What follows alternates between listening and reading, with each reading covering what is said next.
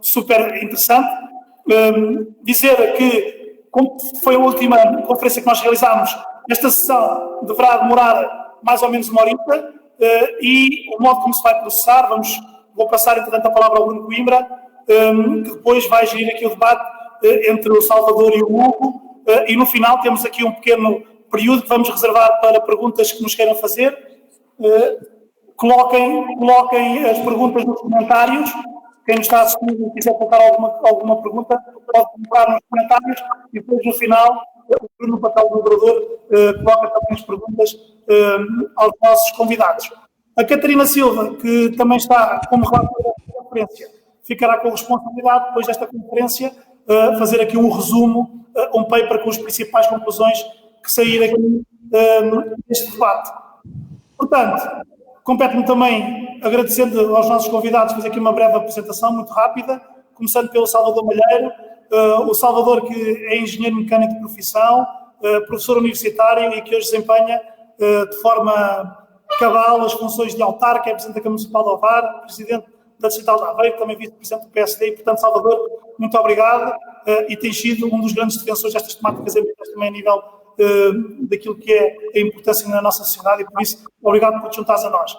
O Hugo Carvalho é um jovem talento também do PSD, foi cabeça de lista do PSD nas últimas eleições pelo Círculo Eleitoral do Porto, foi presidente do Conselho Nacional de Juventude, um presidente dinâmico e também colocou novos temas na agenda nacional, e o Hugo hoje integra também a Comissão de Ambiente da Assembleia da República e foi, juntamente com o Bruno, um dos proponentes também de uma nova proposta de lei de bases do clima, e, portanto, mostra bem a preocupação e a sensibilidade para estas temáticas, e Hugo, muito obrigado também pela tua presença. Este debate vai ser moderado pelo Bruno Coimbra. O Bruno é engenheiro do ambiente, portanto, em termos profissionais, ligado à temática, e, para além disso, é o coordenador do grupo parlamentar do PSD nesta área do ambiente, e é o coordenador também, o secretário-geral do Conselho Estratégico Nacional, que tem defendido vários posicionamentos do partido em várias áreas, e naturalmente também nesta área do ambiente, e, portanto, Bruno, muito obrigado também por teres aceito este convite e por participares também nesta partilha desta temática. A Catarina Silva foi nossa vereadora também aqui da Câmara Municipal, também precisamente com estas áreas do ambiente, das florestas, etc. É hoje secretária-geral aqui do PSD, e, portanto, Catarina, também obrigado por aceitares também este papel de relatora desta nossa conferência. E, sem mais demoras, eu passava então a palavra ao Bruno, que vai moderar este debate, e a quem nos assiste, quem assiste a este debate, o meu agradecimento pessoal, e deixem-nos o vosso contributo para depois nós também, no final, podermos enriquecer aquilo que é o debate de ideias relacionadas com esta temática, para termos cidades mais sustentáveis, para melhorar a qualidade de vida das pessoas e também para salvaguardar o futuro das novas gerações. Obrigado a todos, e então agora, Bruno, passo-te a bola e pé esquerdo maravilhoso para poderes conduzir agora o debate da melhor forma. Muito obrigado, Pedro. Em primeiro lugar, obviamente, agradecer o convite e dar os parabéns ao PSD de Pombal por este ciclo de conferências que tem levado a cabo. E dizer-vos que o meu papel aqui é o mais fácil, porque os oradores, além de amigos pessoais, são pessoas com quem trabalho muito nesta área do ambiente, e, portanto, é muito fácil fazer esta articulação entre aquilo que é o pensamento de um e do outro relativamente a estes temas. A verdade é que nós vivemos hoje, atualmente, desafios enormes na área ambiental e na área da sustentabilidade, desde logo aquilo que são a adaptação e a mitigação das alterações climáticas e os efeitos das alterações climáticas. E hoje é impossível falar de futuro, falar de qualidade de vida, sem falar destas problemáticas, falar das cidades. A verdade é que as cidades ocupam apenas 2% daquilo que é a superfície terrestre, mas têm 50% da população, produzem 80% do PIB global, 80% dos resíduos, 75% do consumo de energia é gerado nas cidades, 80% das nossas emissões de CO2 são geradas nas cidades. E, portanto, quando falamos de futuro e de qualidade de vida e de abraçar estes desafios, temos inevitavelmente que falar de cidades e que falar de um conjunto de coisas que vamos ter hoje aqui que vão vir à colação aqui. A mobilidade elétrica e suave, a eficiência energética, a construção de edifícios, a política de urbanismo, a qualidade dos espaços públicos, a gestão da árvore e das zonas verdes no espaço urbano. Portanto, é um sem fim de problemáticas que têm que ser vistas com cuidado quando se fala destas problemáticas. E, portanto, Salvador, eu se calhar passava-te a bola a ti para nos dares aquilo que é a tua visão sobre esta temática num dia em que, de facto, nos encontramos todos para debater isto. Muito bem, Bruno, eu presumo que estejam a ouvir. Naturalmente que, em primeiro lugar, quero agradecer muito o convite para estar aqui, partilhar aquilo que me vai na alma nesta matéria, com o PSD de Pombal, e cumprimento todos, o Pedro Pimpão, agradecendo muito o convite, os meus amigos e companheiros de luta, o Bruno e o Hugo, a Catarina também.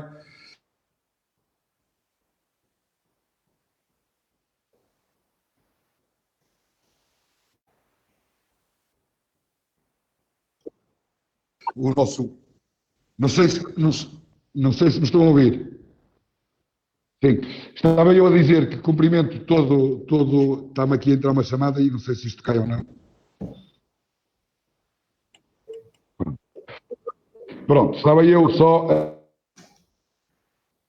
a terminar a dizer que cumprimento toda a gente que está a ouvir, na pessoa do Diogo Mateus, do nosso grande Presidente de Câmara de Pombal, um amigo pessoal também de longa data e que tem feito um trabalho notável em prol da sua população. É com gosto que estou aqui a falar sobre esta temática do ambiente, muito direcionada para as autarquias, e desengane-se quem pense que possa preparar um projeto galvanizador, um projeto de futuro, um projeto alinhado com aqueles que são os grandes desafios do futuro, sem passar pela temática da sustentabilidade, sem passar pela temática das alterações climáticas e pela redução das emissões de dióxido de carbono.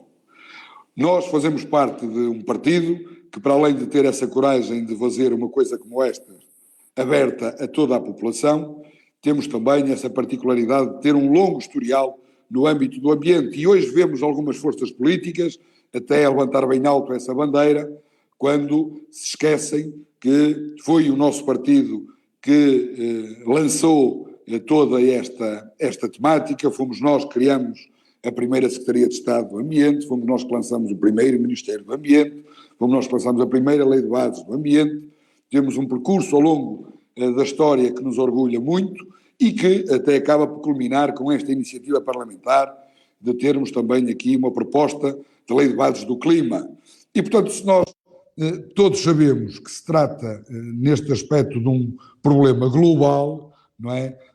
Sabemos que este problema global só pode ser solucionado com ação local. E quando eu digo ação local, não somente à escala do município, tem que ser à escala mais fina possível.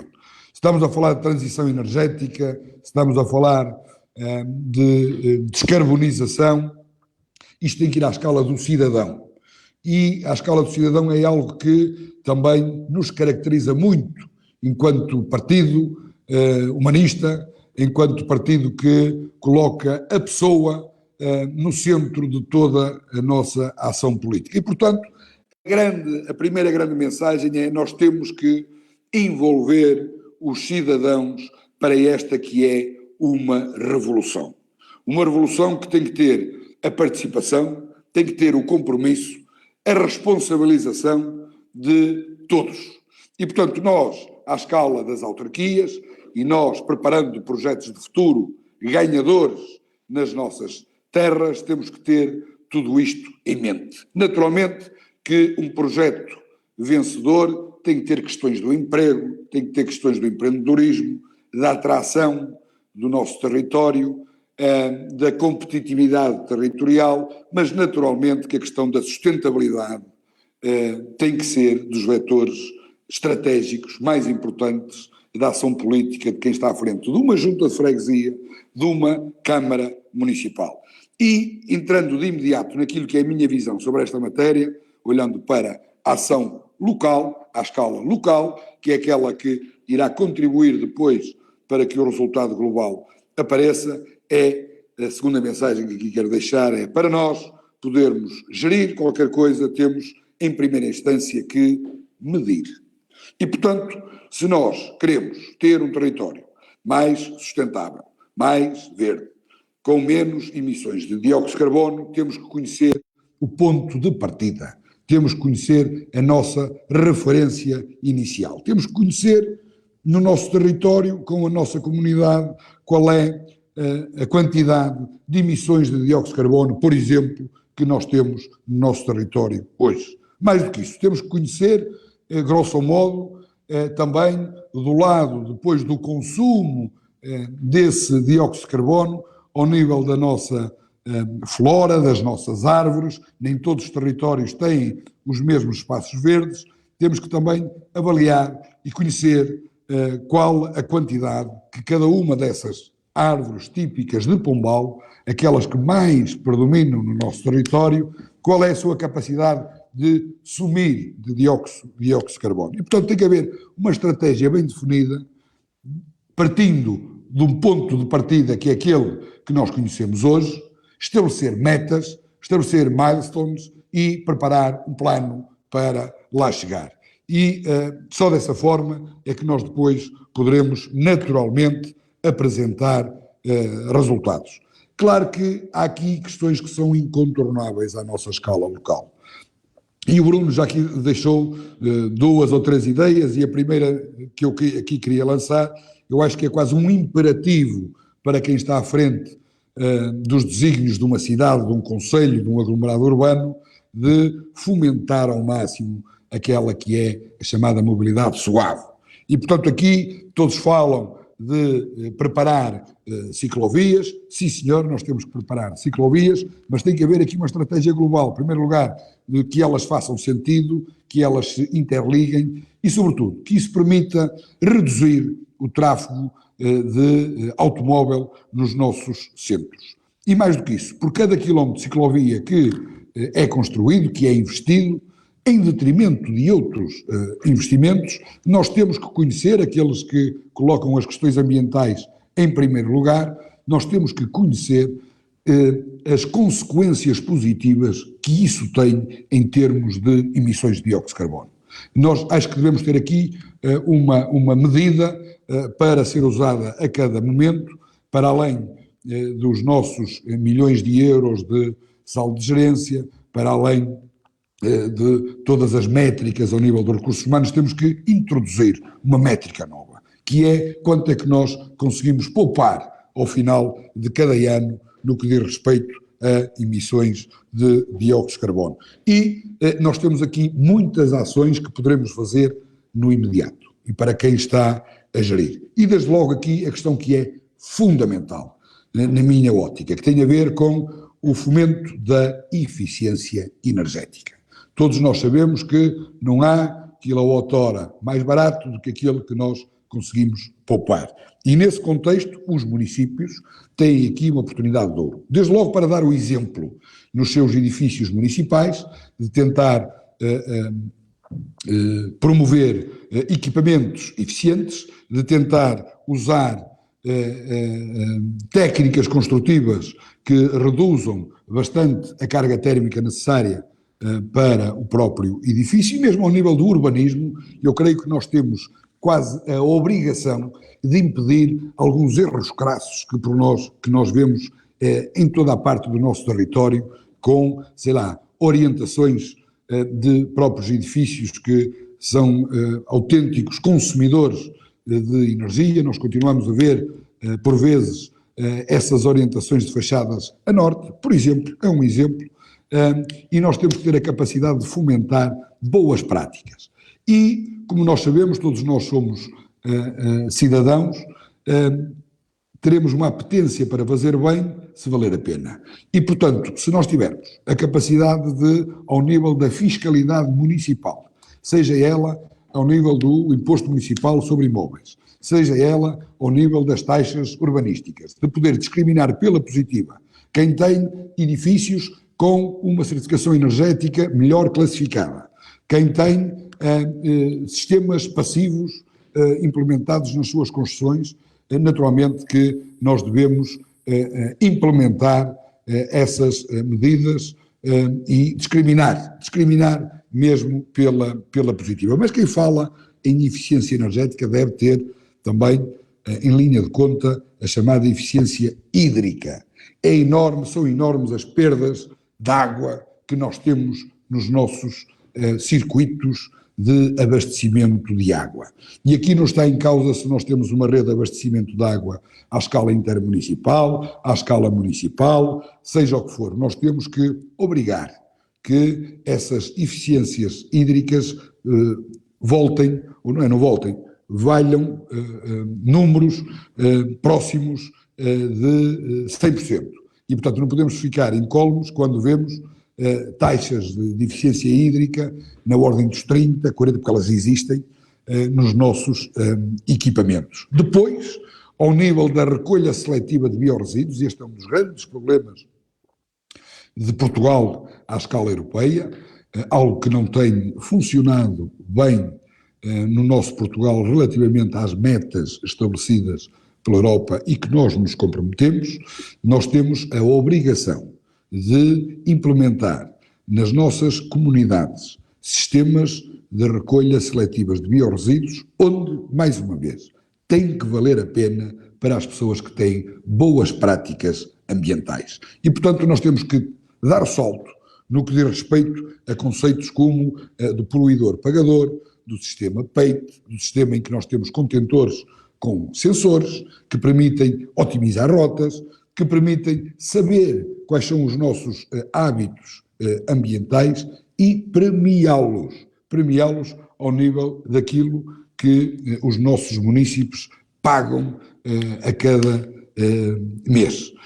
Depois, creio que é um imperativo de nossa parte, de quem quer aumentar o bem-estar, preservar a natureza, mas valorizá-la, nós temos que ter em linha de conta as questões de biodiversidade.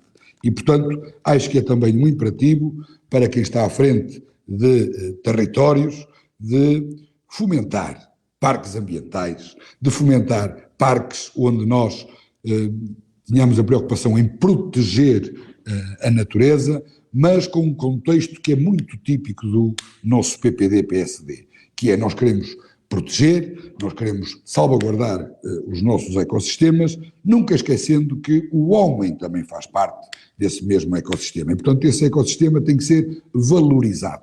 Nós temos que colocar as questões ambientais como forma de dinamizar a nossa própria economia local. Isso, de certa forma, tem sido feito de uma forma generalizada. Temos que incrementar muito, o máximo que nós pudermos, os espaços verdes. Os espaços verdes, sobretudo, nos centros das cidades, mas também fora deles. Fomentar uma gestão florestal de qualidade e não ter medo nenhum de plantar árvores. Não ter medo absolutamente nenhum de plantar árvores, porque, para além da questão estética e de bem-estar e de conforto que permite dotar toda a nossa população, tem essa enorme mais-valia no que diz respeito ao sumidouro de CO2 que toda a gente procura. Depois, questões relacionadas com a economia circular. Naturalmente que são temas e objetivos que não podem estar aquém de um projeto autárquico, e nós estamos nas vésperas de lançar as nossas autárquicas. Temos que fomentar esta questão da economia circular. E pode ser a partir de projetos piloto, e nós termos a coragem de apresentar ideias fora da caixa. Eu dou-vos um exemplo de algo que me tem dado um prazer enorme de implementar cá. Toda a gente sabe essa enorme problemática dos plásticos nos oceanos, e nós, em parceria com 2 ou 3 parceiros, alguns estrangeiros, nós implementamos aqui um projeto que se chama Fishing the Plastic. E, portanto, é que nós, a partir da temática de recolha de plásticos das nossas praias, depois envolvemos toda a nossa comunidade piscatória, portanto uma comunidade extremamente vulnerável, em que com esse plástico arrecadado, a partir de umas extrusoras pequenas, de um equipamento simples, de nós podermos transformar esse plástico recolhido em produtos que possam ser transacionáveis. E quem está à frente de todos, quem está a fazer esse trabalho e depois a promover a sua transação, a sua venda, fazendo dinheiro, são precisamente as mulheres dos nossos pescadores. E, portanto, aqui onde nós damos um sinal para a sociedade da importância da economia circular, da importância de nós tentarmos retirar o plástico do mar, mas também ao nível da igualdade, de olharmos para as mulheres, ainda por cima das mulheres dos nossos pescadores que sempre foram muito discriminadas pela negativa, podermos ter aqui um projeto giro. Quero com isto dizer que é também uma obrigação dos municípios terem projetos fora da caixa, muito identificados com a nossa comunidade. Não temos que copiar ninguém, temos que nos afirmar por aquela que é a nossa identidade e avançar. Depois eu termino, também para não estar aqui a monopolizar tudo isto, eu termino aqui que para mim com a situação que para mim é fundamental, que tem a ver com a educação ambiental. Todos nós temos muitos projetos educativos, todos nós temos muitos projetos de apoio à família, e assim tem que ser, com essa componente social muito forte, mas tem que haver uma aposta cada vez maior ao nível da educação ambiental. Mas volto ao início. Para mim, o decisivo é nós olharmos para tudo isto sob o ponto de vista da gestão. E para olhar para isto sob o ponto de vista da gestão, temos que medir e temos que avaliar a cada instante cada um destes projetos implementado, monitorizá-lo, saber se vale a pena ou não, ter a coragem de dizer se o projeto não está a funcionar, vamos acabar com ele, porque isso também é gerir bem. Agora, o importante é nós ficarmos todos de consciência tranquila de que a nossa pegada ecológica, no nosso território, quando nós entramos e quando nós saímos, tem que ser inferior. Esse é um imperativo de quem está a gerir o município. E isso só pode acontecer se nós soubermos medir. Mas Pombal tem exemplos de sucesso. Eu sei que Pombal está extremamente bem classificado no que diz respeito a essa classificação do Eco 21 em 2019. Creio que Pombal esteve inclusivamente nos 5 primeiros lugares. Sei que tem feito um esforço muito grande ao nível do investimento no saneamento, e aqui há por vezes aqui a questão de nós olharmos muito para o futuro, olharmos muito para, sei lá, a atração de investimento para energias renováveis, para a economia circular, e esquecemos dos problemas ambientais chamados de primeira geração.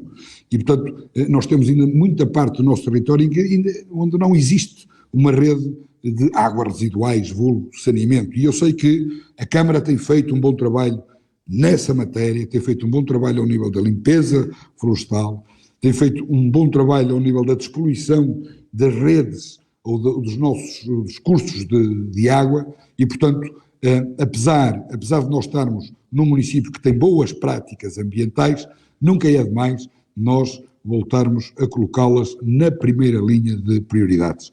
E Bruno, por aqui me fico e fico naturalmente à disposição para depois trocarmos aqui mais umas bolas. Muito obrigado, Salvador. Isto realmente, quem anda no dia-a-dia com estas preocupações e a trabalhar, a liderar um município como tu, depois tem facilidade em conseguir articular em tão pouco tempo tanta diversidade de preocupações, desde o urbanismo à recolha de resíduos, à mobilidade, à biodiversidade. Portanto, realmente, esta é uma visão muito importante dos nossos autarcas. O PSD tem esta marca também de ter autarcas muito vinculados a estes desafios. E Hugo, eu se calhar passava a bola para ti, porque o Salvador faz-nos também aqui um desafio, quando fala das escolhas não poderem ser escolhas e opções desgarradas, tem que haver uma visão global, e aqui, no que diz respeito à visão global para os desafios e para estas problemáticas, entra o legislador, entra a Assembleia da República e entra o PSD também neste campo, em que, olhando para o país, não município a município, mas como um todo, e para a Europa como a União da qual fazemos parte, como é que nós vemos isto e como é que nós podemos agir aqui. Portanto, se calhar deixava-te a ti este desafio de nos fazeres ver a nossa visão global do ponto de vista de quem está também na Assembleia da República. Obrigado Bruno. Eu creio que me estarão a ouvir.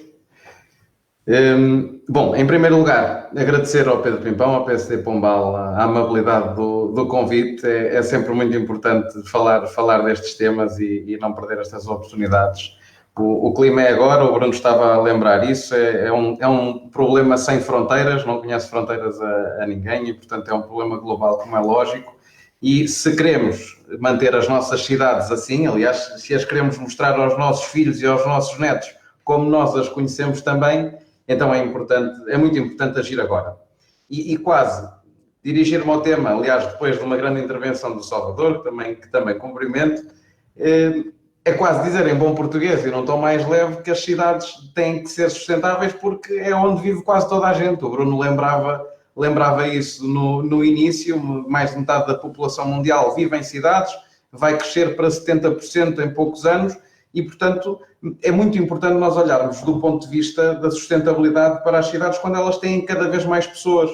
Eu hoje estive a fazer aqui um esforço de apurar mais uns números que não são tão globais como os do Bruno, mas que são da capital do distrito por onde fui eleito.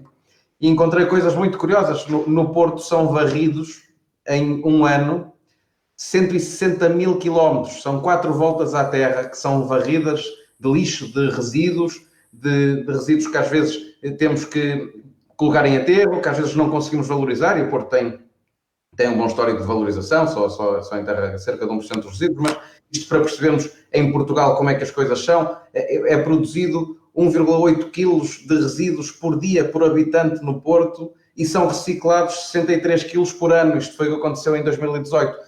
Isto para continuar a dizer, o Salvador estava a lembrar isso há bocado, que o que não se pode medir não se pode melhorar. E, portanto, isto é um ponto de partida para uma cidade, seja ela qual for, onde viva muita gente. E se a previsão é ter sempre mais, é atingir os 70% da população mundial em cidades, como eu estava a lembrar há pouco, tem que ser sustentável de todos os pontos de vista. E desde logo, e do ponto de vista do legislador, cumprindo aqui também um bocadinho o desafio que o Bruno me fazia há pouco, nós temos batido muito por isto em coisas concretas e em coisas mais generalistas de sistema. Eu começava por coisas muito simples, como é a qualidade do ar. Aliás, há bocado o Salvador lembrava o nosso espólio ambiental do Partido Social Democrata. Hoje eu e o Bruno tivemos a felicidade de conversar um bocadinho com o Carlos Pimenta, que nos estava a lembrar de fazer a primeira lei de bases do ruído, de negociar com os padres o barulho dos sinos das igrejas e coisas deste género. Portanto, nós sempre tivemos uma sensibilidade muito especial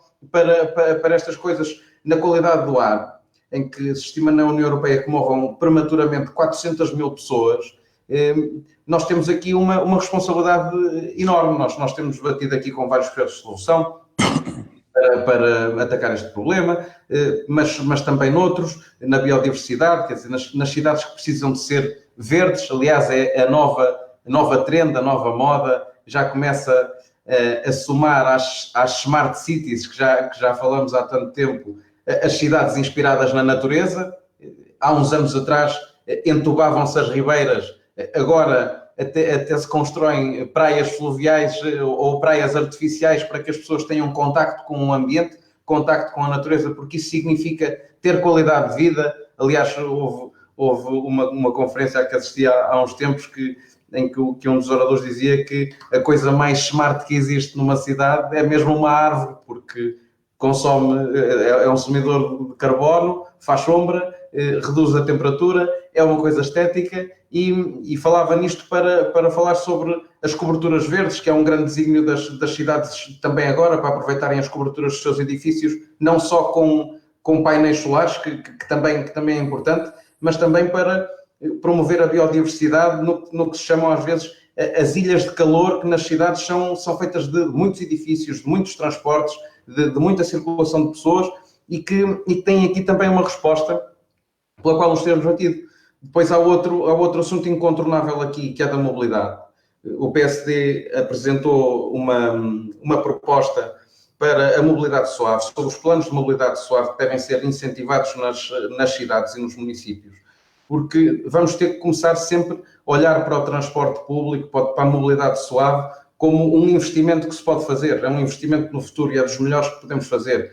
Temos que acabar com com este mito do lucro que às vezes, no fundo, absorve todo o debate da mobilidade, que é dos transportes públicos darem lucro, e temos que deixar de medir o lucro só em euros. Há vários exemplos que nós temos disso, até na Lei de Bases do Clima que apresentámos, que o Pedro Pimpão estava a lembrar há pouco, porque há aqui um investimento que tem que ser feito também em emitir menos carbono, também a reduzir a temperatura, também em fazer a nossa parte para combater as alterações climáticas e o aquecimento global, especialmente quando temos grandes concentrações de pessoas. E isso faz exatamente aí com as pessoas. O que nós, e era das últimas coisas que eu queria lembrar, além de depois podermos aprofundar alguns temas que o Salvador estava a lembrar há pouco, que, como é o tema da energia, das cidades, de haverem cada vez mais cidades a produzir a energia e cada vez mais países a incentivarem a descentralização da produção de energia, cidades a gerir a sua própria produção em proximidade, a criar as comunidades energéticas, a incentivar o consumo e a produção de energia verde mais centralizado e melhor. Mas estava eu a dizer que tudo irá radicar na mudança de comportamento. E aí o PSD tem muita história. Nós fomos os grandes promotores, ainda há pouco tempo, das reformas da fiscalidade verde, de incentivar as pessoas a mudar de comportamentos, de incentivar as pessoas a consumirem verde, porque isso implica naturalmente uma gestão dos nossos recursos que é sempre muito melhor. E se nós não motivamos as pessoas, se para as pessoas e para as empresas o verde não é bom negócio, elas não vão mudar. E nós conseguimos dar vários sinais, com neutralidade fiscal, desta mudança de comportamento que é muito importante, da qual dependemos absolutamente, porque o clima, se não conhece fronteiras, também não conhece idades e não conhece ideologias políticas, conhece a realidade dos factos. E se nós temos um papel a nível nacional, até de fazer um esforço na política internacional para que o problema possa conhecer quem o combate, e aí Portugal é um país pequeno e bastante verde em comparação a países como a China ou como os Estados Unidos, mas temos um papel internacional, mas temos um papel junto de cada um de nós que tem que ser de uma mudança de comportamento que tem que ser incentivada. Às pessoas, consumir verde tem que ser bom negócio, às empresas tem que ser bom negócio também produzir verde e, no fundo, fomentar aqui uma mudança de comportamento nas pessoas de um lado e do outro, nas cidades. E esta política de mudança de comportamentos tem que ser feita também em proximidade, com incentivos locais, é um problema local também, junto das nossas empresas, junto da administração pública, junto de quem gera territórios, o argumento da economia circular, de que o desperdício de uns tem obrigatoriamente e pode obrigatoriamente ser a matéria-prima dos outros.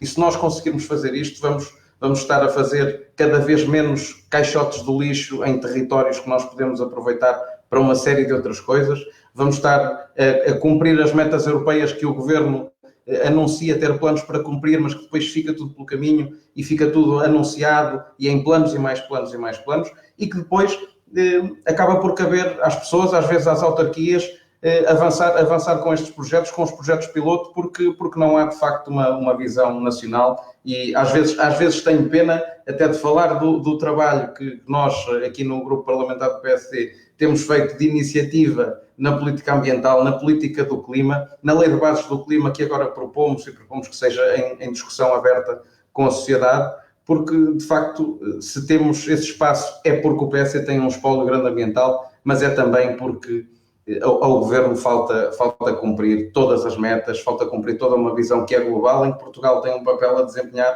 e que não desempenha, e portanto cá está sempre o PSD para fazer esse trabalho.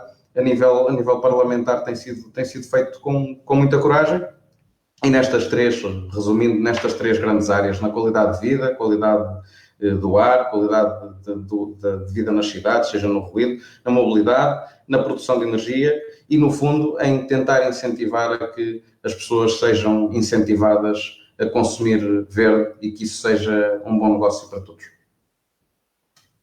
Bem, muito obrigado por essa visão que realmente tem sido aquilo que nos tem guiado na nossa ação aqui no Parlamento e onde tu tens, de forma muito particular, focado o teu trabalho com grande eficiência. Eu aproveitaria, se calhar, porque a verdade é que nós já temos aqui um conjunto grande de perguntas que nos têm chegado através dos comentários daqueles que nos estão a ver. E como estamos algo condicionados com o tempo e também não queremos perpetuar esta iniciativa para além daquilo que estava previsto, eu se calhar introduzia já aqui algumas das perguntas que nos têm feito. E Salvador, tu há pouco falavas da biodiversidade, das áreas verdes e também da floresta, nomeadamente da floresta autóctone, e temos aqui duas perguntas da Inês Pratas e também do Fernando Matias, que evidenciam aqui uma preocupação, por um lado, com a questão das emissões e, por outro lado, com a questão da floresta e das áreas verdes. E, portanto, colocam-nos não só na perspectiva da redução das emissões, e tu focaste bem a questão da mobilidade e dos transportes, mas também muito com enfoque na questão das árvores como consumidores de carbono e a preocupação também com uma coisa que não está muito ligada à questão das cidades, mas que a rodeia, que são as monoculturas de eucalipto em Pombal. Isso é uma realidade. E o Fernando Matias sublinha também esta questão da visão que temos da floresta com interesse económico versus a pegada ecológica que determinadas culturas acabam por ter também. Se te pudesses debruçar um pouco sobre esta matéria, eu agradecia, até porque, pelos vistos, está a suscitar bastante discussão aqui em quem nos ouve.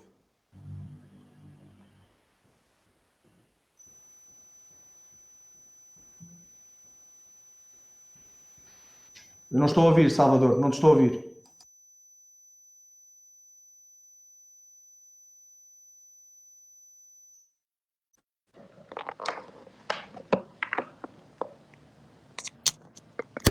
Bruno, ouves ou não? Agora. Agora perfeito. Pronto. Estava eu a dizer que esta é uma daquelas questões que nós podíamos estar aqui uma semana inteira a falar sobre tudo isto. Há aqui duas hoje estamos a viver uma crise sanitária e temos sempre aqui esta dualidade entre aquilo que é a saúde e a economia, e quando estamos a falar de floresta, também temos aqui uma enorme dualidade entre aquilo que é a questão ambiental e aquilo que é a fileira florestal. E, portanto, nós sempre fomos gente moderada, não somos gente fanática. E tem que haver aqui, naturalmente, um meio termo. Não tenho a menor dúvida de que a floresta tem que ser potenciada para também reduzirmos as nossas emissões de dióxido de carbono. Agora temos sim aqui a apostar também numa gestão correta ao nível florestal, adaptando as condições naturais às nossas espécies autóctones, às nossas espécies endógenas, no sentido de, em primeiro lugar, promover a nossa economia. Reparem que a nossa fileira da floresta tem uma influência enorme naquilo que é o nosso produto interno bruto e não podemos, de um momento para o outro, abdicar de tudo isto. De todas as formas, temos que apostar numa gestão florestal de qualidade, numa limpeza da floresta, e eu sei que em Pombal isso está a ser feito. A floresta tem que valer a pena, temos que olhar para ela também sob o ponto de vista de erradicarmos esse problema e esse flagelo que é os nossos incêndios florestais, e portanto tem que valer a pena limpar a floresta, temos que criar formas de podermos tirar mais-valias também da própria limpeza da floresta, e isto estamos a falar quase de economia circular, mas estamos também, sobretudo, a poder fomentar aquela que é a nossa coesão territorial. Reparem que as grandes manchas florestais do país estão precisamente nos locais onde nós temos zonas de baixa densidade populacional, onde a interioridade, na maior parte das vezes, se reflete numa intensidade grande e, portanto, apostar na floresta tem aqui 4 ou 5 objetivos comuns em que nós podemos chegar a bom porto. Desde logo a questão consumidor de CO2, a questão de nós reduzirmos o perigo ou o risco de incêndio florestal, de podermos promover o emprego, podermos promover a economia local se tivermos sei lá, aproveitamento dos resíduos florestais com eficiência, até para fins energéticos. Nós temos que apostar muito na valorização dos resíduos, foi algo que eu não disse na minha primeira intervenção inicial e penso que é decisivo também para as nossas cidades e para os nossos municípios. Nós temos uma aposta naquilo que é a recolha seletiva dos resíduos, mas também tentar valorizá-los. Nós temos que reduzir a quantidade de resíduos que produzimos, mas daquelas que produzimos, se tivermos a capacidade de as segregar, podemos tirar partido de tudo isso, valorizando. E, portanto, eu não sou daqueles que acho que devemos olhar cada caso per si, e a floresta tem várias vertentes, tem vários prismas onde nós devemos analisar. Temos que sim, saber tirar partido dessa mesma floresta, coisa que não tem acontecido em termos nacionais até o momento.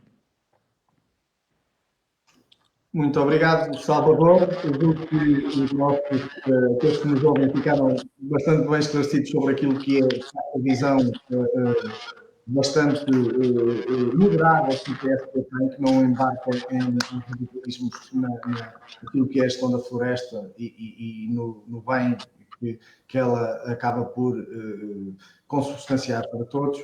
Hugo, tu há pouco falavas da mudança de comportamentos e da gestão dos nossos recursos, e o Nuno Salvador veio-nos pedir a tua visão sobre algo que tens, sobre o qual tens incidido no trabalho parlamentar, que tem a ver com a economia circular, enquanto, e nas palavras de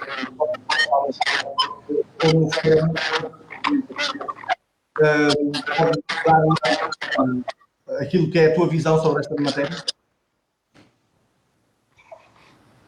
Obrigado, Bruno, e obrigado também ao Nuno Salvador, que nos acompanha com atenção. Este tema da economia circular tem sido alvo de grande trabalho e atenção nossa aqui também, porque é aqui que nós podemos fazer uma grande diferença sistemática em Portugal.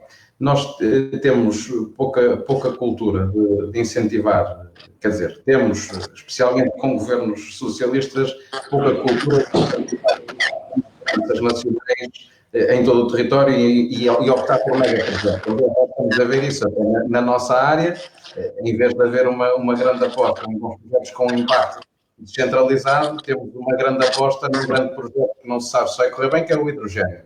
E a economia circular vai-se fazer muito, nós conseguirmos ter impacto real em tudo o que se desenrola de atividade económica no país. Estou pequenos exemplos. Nós temos a administração pública podia estar a fazer compras em economia circular há muito tempo. O Código da Contratação Pública já prevê alguns incentivos, pequeninos incentivos à avaliação de alguns projetos, mediante a sua pegada ecológica ou mediante o seu consumo de recursos menos interessantes do ponto de vista ambiental. Temos que dar um passo em frente. Os orçamentos, por exemplo, o Orçamento do Estado, nós temos tido essa discussão, o Orçamento do Estado devia ser discutido de um ponto de vista de pegada ambiental, de um ponto de vista da circularidade da economia. Os investimentos que as câmaras municipais estão a fazer, se estão a preparar para fazer, deviam ter uma componente, ou deviam ter a liberdade de ter uma componente em infraestrutura tecnológica que permita alcançar a economia circular. Um pequeno exemplo do que se passa em algumas cidades. A indústria química tem promovido, junto de algumas câmaras municipais, junto de alguns núcleos industriais, marketplaces em que uma pessoa que produza pasta dos dentes e lhe sobra um químico que sirva para fazer vinho, o possa trocar em todo o país. Isto é tecnologia ao serviço da economia circular. Tecnologia ao serviço da economia circular podia ser tudo o que tem a ver com transportes. Quando as pessoas quando todo o país tiver Uber, imaginem isto, quando todas as freguesias tiverem Uber ou condução autónoma, nós não temos infraestrutura informática, nós não temos cloud para isto tudo. Isto é um investimento que se faz nos Estados Unidos, é um investimento que se faz na China, mas as cidades daqui a uns tempos, para promoverem a economia circular de recursos, de negócios, para promoverem a economia deste século que aí vem, não vão ter infraestrutura tecnológica para conseguir ter condução autónoma em lado nenhum.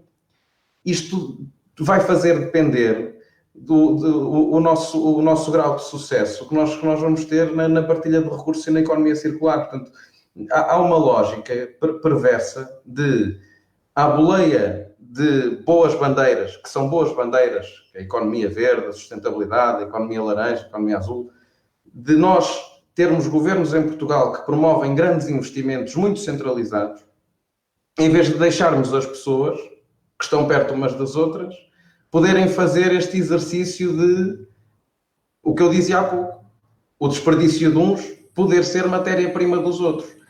Interligar essas pessoas a nível nacional depende de tecnologia. E interligá-las de forma equilibrada e de forma rentável, ou seja, tornar isso um bom negócio, vai depender muito da gestão que se possa fazer, das decisões com base em dados do consumo das pessoas, da decisão com base em dados dos processos industriais e do que se pode aproveitar de recursos, de resíduos, de desperdícios, que são muitas vezes postos no lixo e são desperdício, são prejuízo das empresas, que podiam ser aproveitados rapidamente no concelho ao lado, na freguesia ao lado, e de que ninguém sabe, porque não há nada que interligue tudo isto. E, portanto, termos isto preparado e darmos aos núcleos, às associações empresariais, às câmaras, aos distritos, às CCDRs, enfim, dar uma lógica, um incentivo de que o digital, passar para um nível em que isto se possa fazer e a inovação digital e a investigação tecnológica e o incentivo à modernização das empresas. Não é só ir ao Web Summit e não é só ter a Web Summit aqui e depois dar algum dinheiro aos empresários para irem comprar computadores novos, mas que se faz sim de os interligar e de melhorar muito os processos e dar capacidade aos territórios de conseguirem abarcar novas empresas e novos negócios. Todos estamos lembrados do que aconteceu em Lisboa quando veio a Lime para Portugal. Isto tem a ver com as pessoas. Quando vieram as trotinetes que se alugavam, a Câmara simplesmente não tinha capacidade de saber lidar com isto. Foi uma inovação que as pessoas fizeram e as pessoas vão continuar a fazer, porque, como eu costumo dizer, se há coisa que nunca foi referendada no Parlamento foi a internet e, portanto, as pessoas vão continuar a evoluir por si próprias e os negócios também. E a política normalmente atrasa-se nestas coisas e, portanto, se nós não começamos a equipar-nos para fazer isto, olha, vamos correr o risco de ter o que nós falávamos hoje de manhã, que é uma rede de carregamento de veículos elétricos que está completamente obsoleta, que veio mal desenhada antes de tempo, mas que foi um mega investimento nacional do tempo do Sócrates e que agora está por aí completamente desatualizada, que não foi usada, não foi rentável e que agora não serve para praticamente nada, precisa de um investimento brutal porque não se deu capacidade a quem gera em proximidade de fazer isto. E, portanto, acho que devia haver aqui, na economia circular, não só começarmos a pensar nisto no desperdício e no, como eu costumo dizer, no desperdício na matéria-prima, mas em toda a vantagem económica que está associada a isto, porque, como se diz em bom português, há negócio aqui e se nós conseguirmos incentivar toda a gente a fazer disto o negócio, então estamos a incentivar a economia a ser circular e eu acho que esse é o nosso grande desafio. Muito obrigado, Hugo. Nós aproximamos-nos aqui do fim. Eu tenho aqui mais duas questões. Uma delas que entronca precisamente em muito daquilo que estavas a dizer, daquilo que é a perspectiva e daquilo que temos que fazer.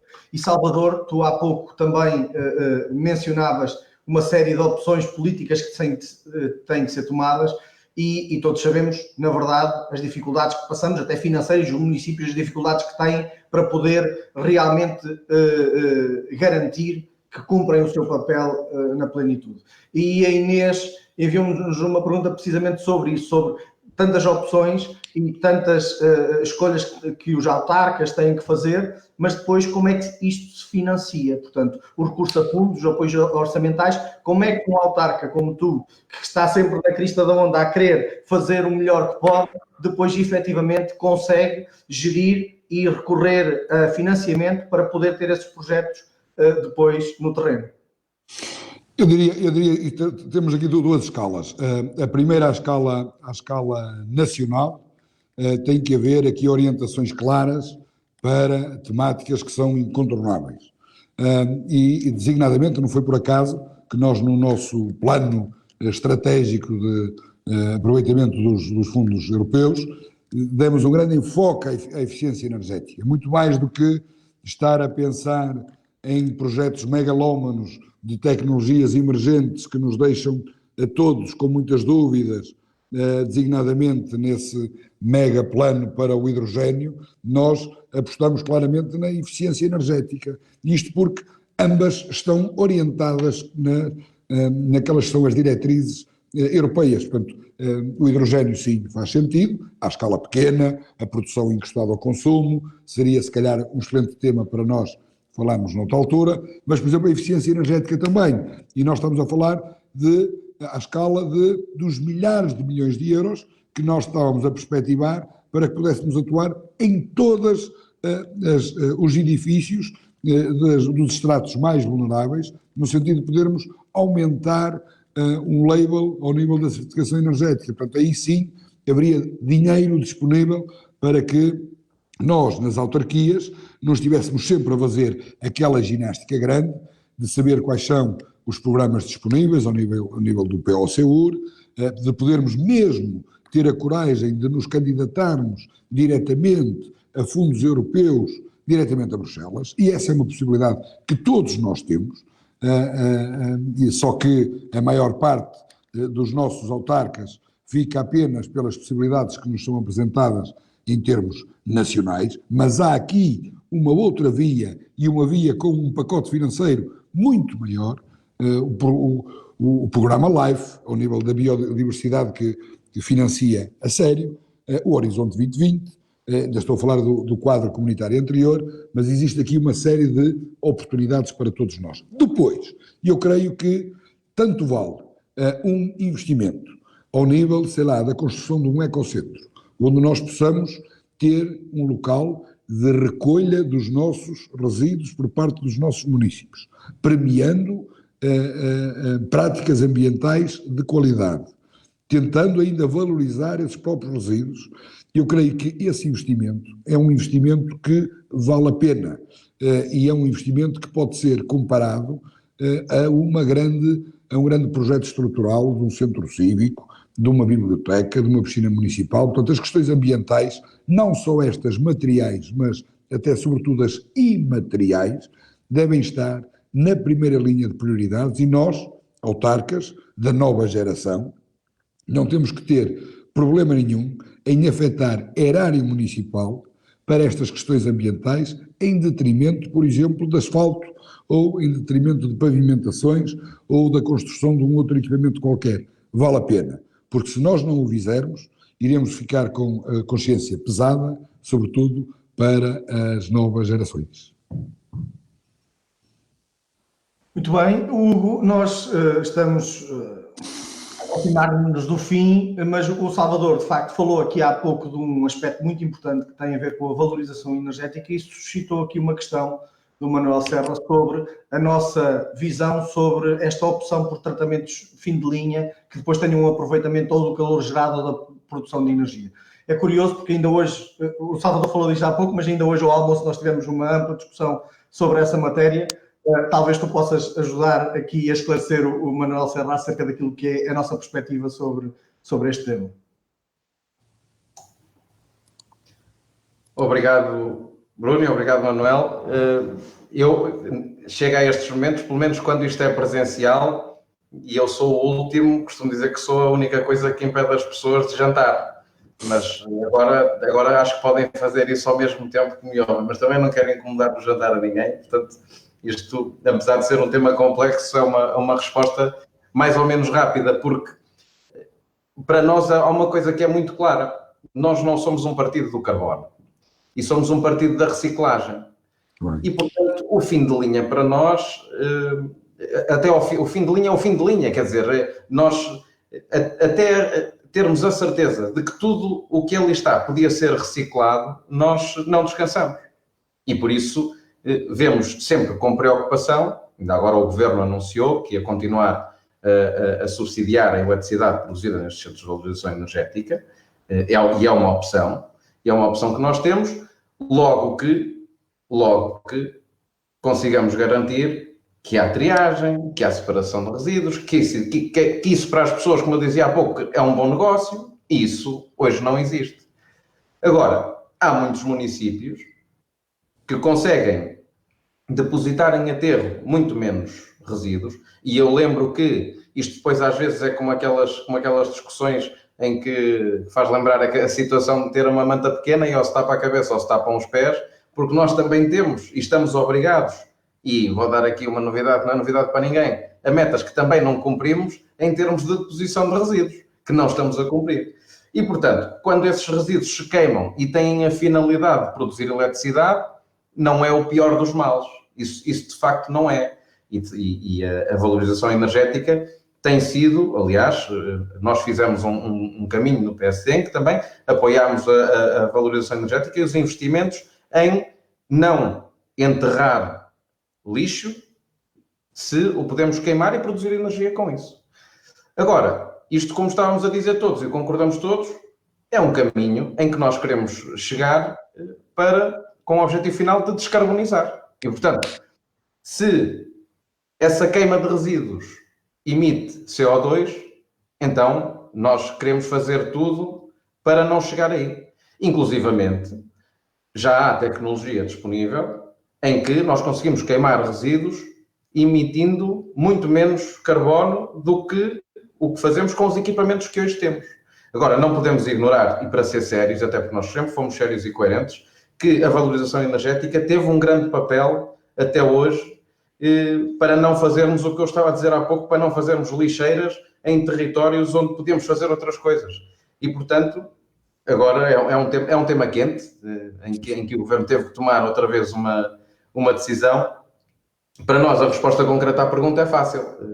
Somos o partido da reciclagem, da reutilização, dos erros todos, e não somos um partido do carbono.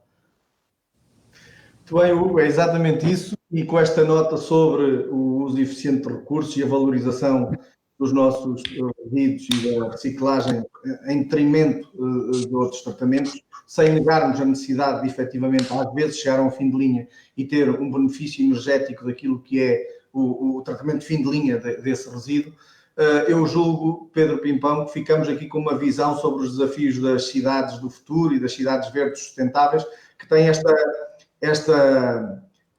esta nuance da ação parlamentar do PSD, onde estamos empenhadamente a trabalhar na Lei de Bases do Clima, nos planos municipais de mobilidade sustentável, que ainda há pouco apresentámos um projeto de lei sobre essa matéria, sobre a eficiência energética, a economia circular. Temos trabalhado amplamente em todas essas vertentes e, por outro lado, também na área das autarquias, com os nossos autarcas na primeira linha, no terreno, realmente a construir essas cidades sustentáveis do futuro, como o Salvador faz também em Ovar e como vocês fazem aí também em Pombal. E, portanto, meu amigo, foi um gosto enorme, um abraço, ficas tu com a palavra e com o resto do nosso encontro. Obrigado, Bruno. Eu tinha a expectativa, quando vos convidei, que esta era que ia ser uma ação interessante e superou largamente as expectativas, foi muito produtiva, foi muito rica no debate, por isso quero-vos agradecer e naturalmente que o tema me dá pano para mangas também e convidar-vos a continuarmos esta partilha de experiências e de pontos de vista sobre estas matérias que são muito importantes no dia-a-dia das pessoas e das nossas comunidades e por isso agradecer ao Salvador, dizer que realmente em Pombal também temos tido ao longo das últimas décadas uma preocupação grande com as matérias ambientais e isso é um compromisso que temos assumido desde a primeira hora.